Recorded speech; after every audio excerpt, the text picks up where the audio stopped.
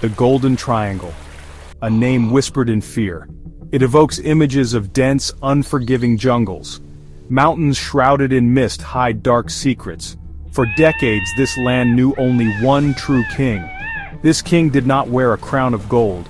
His crown was woven from the poppy flower, a flower of deadly beauty. Its bloom promised untold riches. It also promised endless misery. Heroin flowed from these hills, a river of white death. It snaked its way across continents. It poisoned cities. It destroyed lives. The Golden Triangle was its cursed source, a lawless frontier. Here, opium was currency.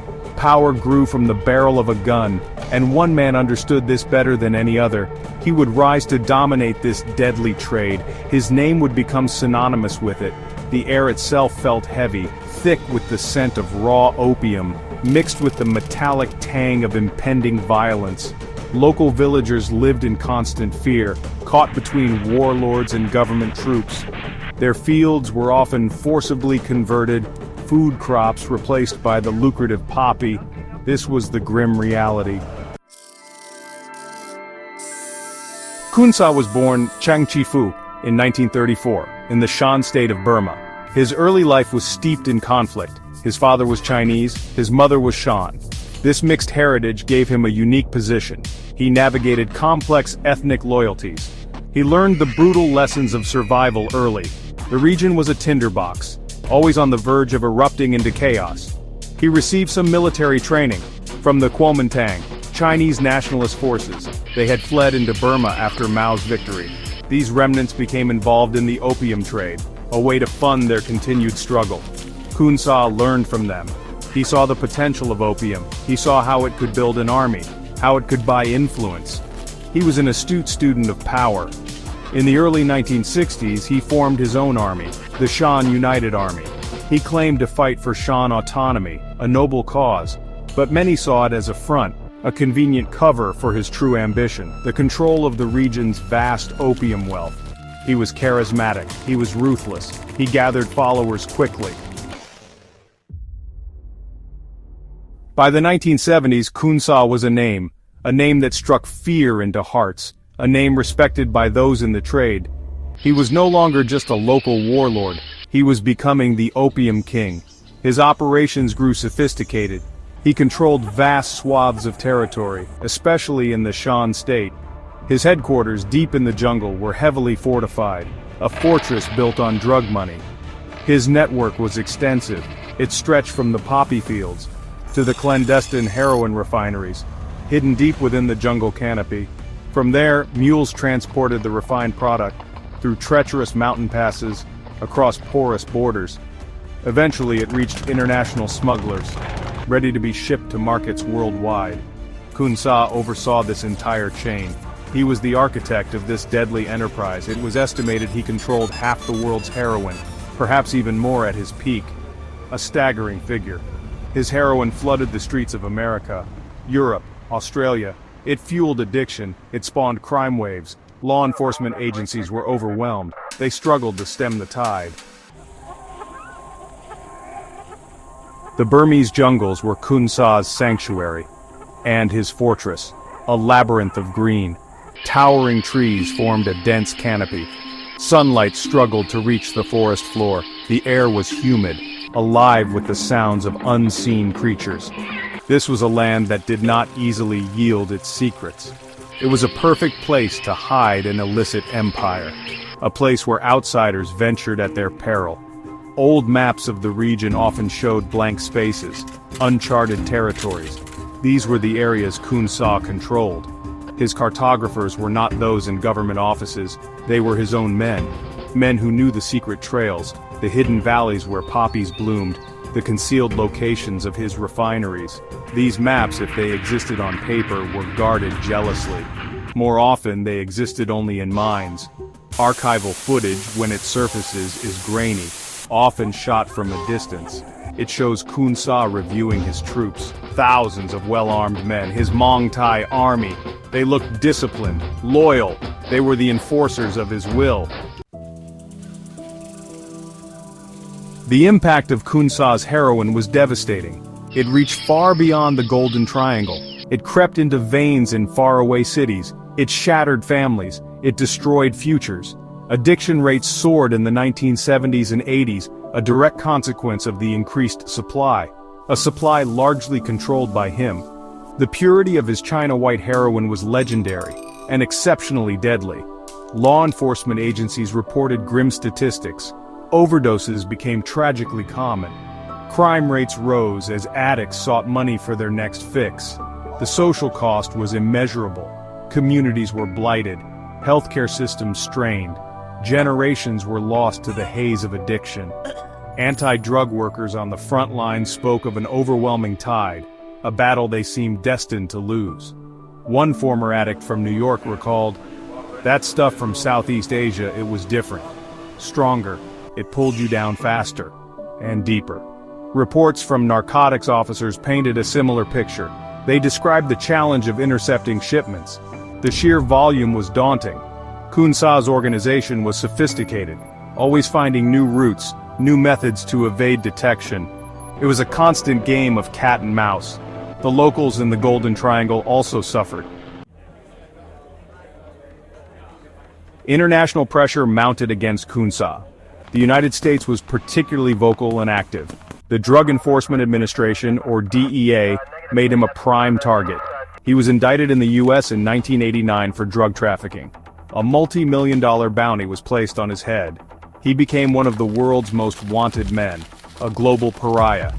But capturing him was another matter entirely. His jungle stronghold was deep within Shan State, effectively beyond the reach of foreign powers. Any attempt at extradition faced huge obstacles. The Burmese government itself was often unstable and sometimes complicit, or at least unable to exert control over the remote border regions where Khun Sa operated. He seemed almost mythical. There were reports of covert operations, plots to snatch him or to eliminate him, but none succeeded. His intelligence network was effective. He was always one step ahead. His army was well equipped, ready to defend their leader. The terrain itself was a formidable ally. Dense jungle and rugged mountains made any direct assault incredibly risky, and likely to result in heavy casualties. He taunted his pursuers. Then, in January 1996, the unthinkable happened. Khun Sa surrendered, not to the Americans, not to an international force, but to the Burmese government, the same government he had often fought against. The news sent shockwaves through law enforcement agencies worldwide and through the Golden Triangle itself. The Opium King was laying down his arms, or so it seemed. The reasons for his surrender were complex and remained debated. His Mong Thai army had suffered setbacks. Internal divisions were growing. Some factions were unhappy with his leadership. They felt he was enriching himself, while the Shan cause languished. The Burmese military had also launched offensives, squeezing his territory. The walls, perhaps, were finally closing in, even for Khun Sa. The surrender ceremony was a carefully staged event. Khun Sa appeared calm, almost serene. He handed over weapons symbolically. His soldiers were supposedly integrated into local militias controlled by the government or allowed to return to civilian life. But many observers were skeptical. The deal became clearer over time. Khun Sa was not imprisoned. He was not put on trial in Burma. Instead, he was allowed to live freely in the capital, Rangoon, now Yangon. He resided in a luxurious villa, guarded by government security. He reportedly invested his vast fortune in legitimate businesses, construction, transportation, and even a ruby mine. The irony was not lost on anyone. The Burmese military junta reaped benefits. They could claim a major victory against drug trafficking, appeasing international critics, at least superficially. They also neutralized a powerful insurgent leader, one who had challenged their authority for decades. And they likely gained access to a share of Khun Sa's immense wealth. It was a pragmatic arrangement, though morally questionable. For the United States, it was a frustration. Their most wanted drug trafficker living comfortably beyond their reach. Despite the indictment, despite the bounty, extradition requests were politely ignored. The Burmese government cited various reasons: lack of an extradition treaty, Khun Sa's supposed ill health. The reality was simpler. He was too valuable, alive and cooperative in Rangoon. Khun Sa lived out his remaining years in quiet opulence, far from the jungle battlefields. Khun Sa's empire eventually crumbled. After his surrender, it fragmented. His Mongtai army broke into smaller factions. Some continued in the drug trade, others faded away. But the infrastructure he built, the routes he established, the networks he cultivated, these did not disappear overnight. The Golden Triangle remained a major source of heroin, albeit with new players. His legacy is one of devastation. Millions of lives were affected by the heroin that flowed from his domain. The global drug trade was forever changed by the scale and sophistication of his operation.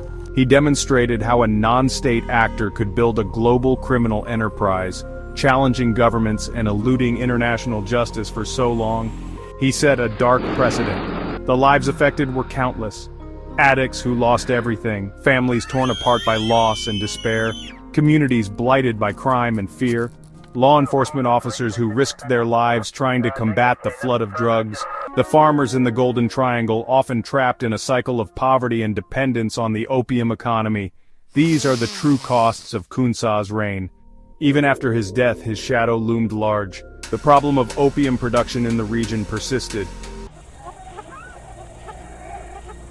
The story of Khun Sa is a somber tale, a chilling reminder of human ambition and its capacity for destruction. He was a man of contradictions, a supposed freedom fighter who became a global merchant of death. His name, once whispered in fear and awe, now serves as a dark chapter in the history of the global drug trade, a history still being written. The jungles of the Golden Triangle still hold secrets. The mists still rise over the mountains. The poppy may still bloom in hidden valleys. The demand for illicit drugs continues unabated. As long as it does, figures like Khun Sa may rise again, in different forms in different places. The allure of immense profit and power is a potent force, difficult to extinguish completely. Reflecting on his life, one sees a grim cycle. Poverty and conflict create opportunities for ruthless individuals to exploit. The global appetite for narcotics provides the fuel for their empires. Law enforcement and political will often struggle to keep pace. The victims are always the vulnerable, those at the bottom of the chain, and those at the end of the needle. Their suffering is the true price.